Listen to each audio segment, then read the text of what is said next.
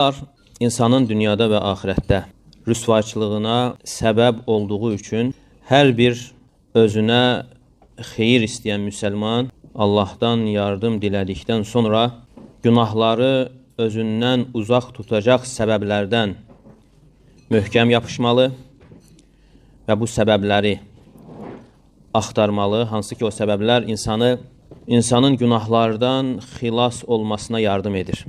Yəni alimlər bu barədə insanın günahlardan qurtulması üçün yardım edən səbəbləri zikr ediblər və onlardan biri də İbn-i Qayyim rahimehullahdır və o da bu səbəbləri çox gözəl şəkildə tərtib etmişdir. Və buyurur ki, din amilinin güclənməsi bir neçə işlə olur.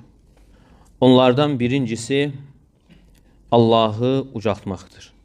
Allahı insan qəlbində təzim etməsidir. Necə ki Allah Teala buyurur: وَمَا قَدَرُ اللّٰهَ حَقَّ قَدْرِهِ وَالْأَرْضُ جَمِيعًا قَبْضَتُهُ يَوْمَ الْقِيَامَةِ Onlar Allahı lazımınca haqqıyla dəyərləndirmədilər. Qiyamət günü göylər Allahın ovucunda, yer Allahın ovucunda, göylər isə Allahın sağında, sağ əlində bükülmüş şəkildə olacaqdır. Subhanahu və Teala amma yüşrikun. Allah Teala onların şərik qoşduqlarından ucadır, münəzzəhdir, pakdır.